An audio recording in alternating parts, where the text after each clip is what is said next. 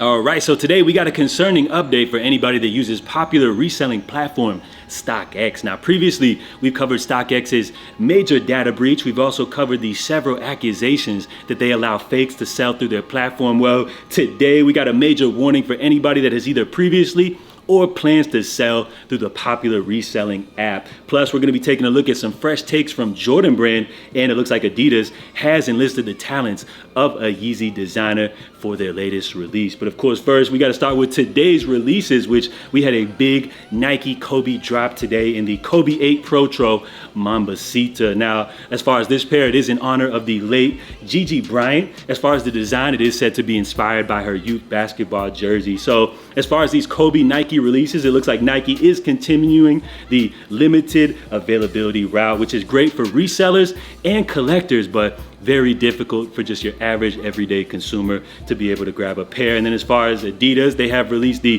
Fusion Blue colorway of the popular Harden Volume 8, in which Adidas has even said themselves that this model in particular has been a success for the brand. Now, as far as the Harden series, I actually started to pay attention to this model when they dropped the Harden Volume 7, and I feel like they've followed up that model very well here with the Harden Volume 8. Now, at the time of this recording, it looks like sizes are still available of this Fusion Blue colorway via Adidas. So if you guys are feeling these, I would suggest to act fast, as all of the previous Harden Volume 8 colorways have sold out in time. And then from CPFM and Nike, they've dropped some new colorways of the Cactus Plant Flea Market Air Force One. So we have the Fuchsia colorway, which is the pink pair, and they have the Moss pair, which is that green pair. Now, as far as these dropping, they did release via Cactus Plant Flea Market's website, and this is pretty much a hype beast dream come true. So I would expect these to be extremely limited and will resell for a pretty penny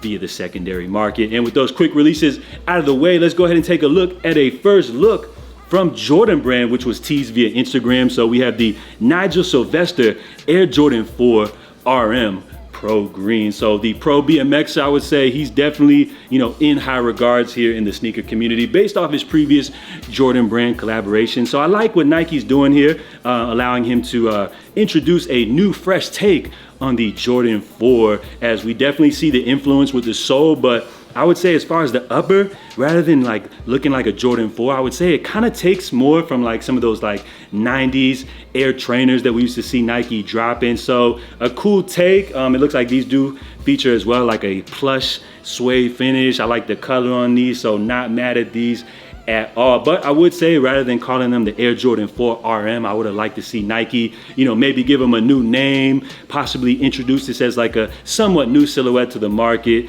and then just like gave it a new name, more so for like marketing purposes. But 2 thumbs up from me on these. We'll see how they do once they actually hit the market. And then it looks like Adidas has enlisted the talents of a Yeezy designer. So if you're unfamiliar with the young man Ding Young Zhang, he's one of the Yeezy designers which helped bring some of your favorite popular Yeezy models to life. So Steven Smith and Ye credited him as a collaborator on the Yeezy 700 Wave Runner. He's also worked behind the scenes for Yeezy Season 9, and I want to say he also helped contribute to the Foam Runner and possibly other Yeezy designs that I'm not even aware of. So as far as his first major Adidas release, it looks like they're going to be letting him drop his own Samba. So this is the original Samba Core Black, and I would say as far as the design, it's not too out the box, from your standard Samba. It looks like they got like somewhat of a patent leather finish and a few little intricate design details. But as far as like Ding's design language,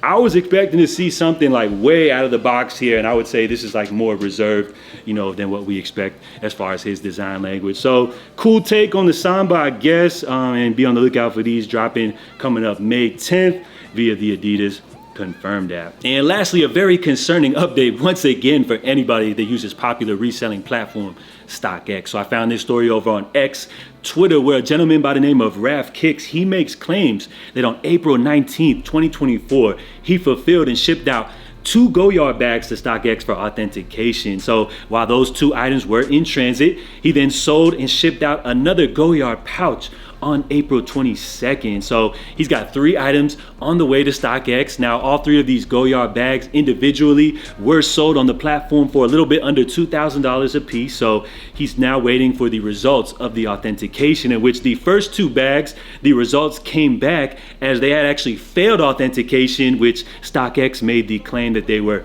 missing content. So right now, bruh is panicking. He immediately contacts StockX customer service and provides them with the drop-off receipts from UPS. So these receipts will include the items that were shipped, as well as the total of the weight of both of the items included, in which StockX promptly answered back saying that they couldn't do anything about it and that he would actually have to deal with this matter, completely by himself. So he's already got 2 of the 3 items which have failed authentication, and now he's waiting for the results from that 3rd Goyard pouch that he shipped out, in which the results came back once again that they had failed authentication for missing content. So at this point, bruh is panicking and he's realizing, that he's actually a victim of a serious crime right here. So thankfully enough, StockX does provide images of the 3 packages, which you can see obviously from the images that they were tampered with. As you see, the side of the package, it looks like was cut, in which the contents were forcibly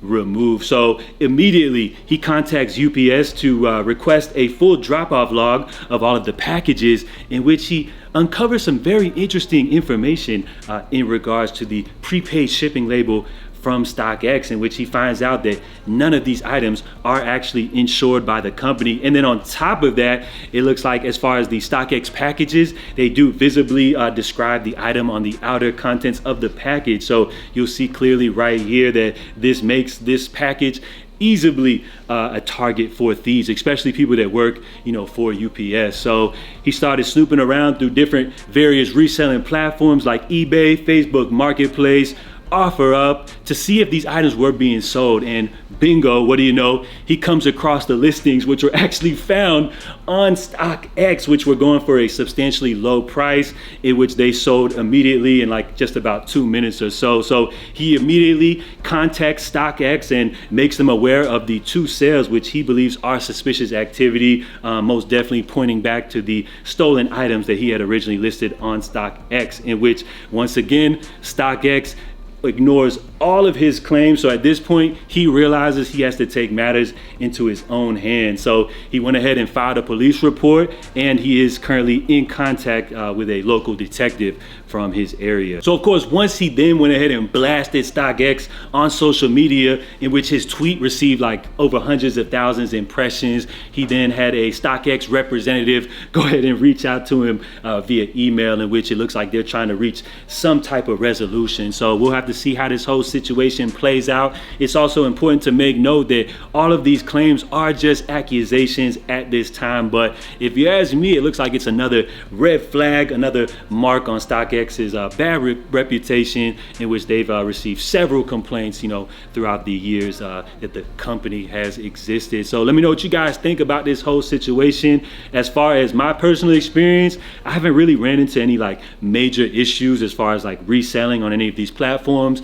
I would say probably like my biggest item that I've ever sold was actually on GOAT, which was those Jordan 1 Unions that dropped years back. I remember selling them for like somewhere like around 2,000 on GOAT. And I ain't gonna lie, when I sold them joints, I was so nervous that I actually had somebody record the entire process of me wrapping them up, taking them to UPS and everything, just to make sure that I was insured. But as far as my seller experience with GOAT, that went through flawlessly. And I don't even know if the video evidence would have been enough. So as far as sellers, you got to be protected when selling these high priced items on these reselling platforms. So I feel like as far as StockX, something that they can do definitely to improve their service is one, be a little more attentive to their customer service. 2, I feel like they should definitely offer insurance. If they don't automatically do it, I don't know why we're paying these like outrageous seller fees. At least they could give us the option, I guess, to pay some additional fees if we want to ensure that our package will be insured. And then Third, rather than like labeling the description of the item on the outside of the package, I think they should maybe keep that a little more unanimous. That way to eliminate, potential thieves working at the various mailing outlets. So once again, another red flag for StockX. Let me know what you guys think about this whole situation down below. Is the reseller capping, or do you feel like he's been another victim, of StockX? So let me know what you guys experienced so far reselling on the platform, if you've had any nightmare experiences like this yourself. And then before we bounce, I did want to mention today's poll of the day, in which yesterday I simply asked you guys, are you excited for Adidas Yeezy releases to return? Recently, we've got the word that Adidas does plan to unload roughly about 250 million euros more worth of releases throughout the duration of 2024, in which we had 1.7 thousand votes so far, in which 67% of you guys still said that you are excited about these Adidas Yeezy releases. So I would say that's probably what's expected, based off the audience here that we have for the channel. But I would say, as far as like the general sneaker audience, at least here in the US, I would say they're probably not too enthused about these releases returning. But we'll see how it all plays out once Adidas finally drops these. So salute to everybody for participating in the poll, in which you guys can always find on the community tab here for this channel. So we're going to wrap things up right here. Salute to everybody for tuning in on this wonderful Wednesday. I appreciate y'all. Make sure you guys stay safe, stay blessed. I'm J.A. And of course, I'll catch you guys tomorrow for the latest updates. I'm out, y'all. Love. So I won't tell you that.